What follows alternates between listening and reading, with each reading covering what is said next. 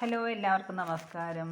ഇത് കണ്ടോ, zip lock കവറിൽ ഞാൻ ചക്ക അരിഞ്ഞ് ഫ്രീസറിൽ സൂക്ഷിച്ചിരുന്നത്. ഇതെടുത്ത് വെച്ചപ്പം അതിൻ്റെ ആ ഐസൊക്കെ അങ്ങ് മാറി.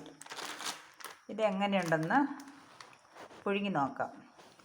ആവി കയറ്റി ഞാൻ സൂക്ഷിച്ചിരുന്നു. അങ്ങനെ വെച്ച് കഴിഞ്ഞാൽ കുഴപ്പമില്ല. പച്ചയ്ക്ക് ഞാൻ ആദ്യം വെക്കുക. ഇതെങ്ങനെയുണ്ടെന്നൊരു പരീക്ഷണമാണ്. പുഴുങ്ങിക്കഴിഞ്ഞ് പറയാം.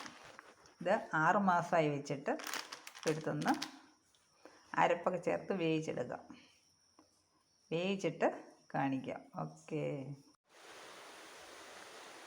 പച്ചച്ചക്ക ഇത് ചവച്ച് നോക്കിയിട്ട് കുഴപ്പമില്ല, നന്നായിട്ടിരിപ്പുണ്ട്. അരപ്പ് ചേർത്ത് എടുക്കാം. ഫ്രീസറിൽ വെച്ചിരുന്ന ചക്ക അരപ്പൊക്കെ ചേർത്തെടുത്തു. നോക്കാം എങ്ങനെയുണ്ടെന്ന്. ഞാൻ കുറച്ചേ എടുത്തുള്ളൊരു പരീക്ഷണാർത്ഥം. ചീത്തയാണെങ്കിൽ വേസ്റ്റാക്കി കളയണ്ടല്ലോ. അപ്പോൾ എങ്ങനെയുണ്ടെന്ന് നോക്കട്ടെ. അരപ്പൊക്കെ ചേർത്ത് ഇളക്കിയെടുത്തൊന്ന് ടേസ്റ്റ് ചെയ്ത് നോക്കട്ടെ.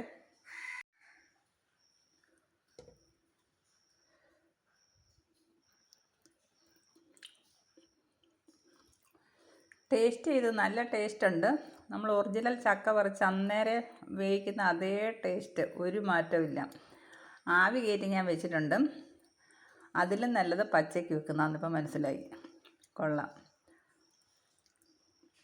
പിന്നെ ആവശ്യമുണ്ടെങ്കിൽ ആവശ്യത്തിനുള്ള ചക്ക എടുത്ത് അരിഞ്ഞ് ഫ്രീസറിൽ സൂക്ഷിക്കാം.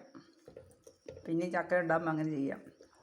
എല്ലാവരും ഇതുപോലെ ട്രൈ ചെയ്യൂ. ചെയ്യാത്തവർ, അറിയാവുന്നവരുണ്ടായിരിക്കാം, അറിയാൻ മേലാത്തവർ ഇതുപോലെ ചെയ്യൂ. കൊള്ളാം, ഉഗ്രൻ.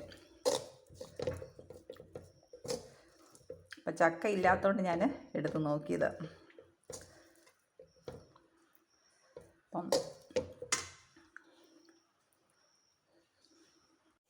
മീൻ വറുത്തതും കടുമാങ്ങായും മീൻ കറിയും ഇത് കൂട്ടി ചക്കപ്പുഴുക്ക് കഴിക്കാം. ചക്ക ഇല്ലാത്തപ്പോൾ ഇത് കഴിക്കുമ്പോൾ നല്ല രസമുണ്ട്. കൊള്ളാം, ഉഗ്രൻ. നല്ല ടേസ്റ്റ് ഉണ്ട്. ഇല്ലാത്തപ്പം കഴിക്കുമ്പോഴാണല്ലോ അതിൻ്റെ ഒരു വില അറിയുന്നത്. കണ്ടോ.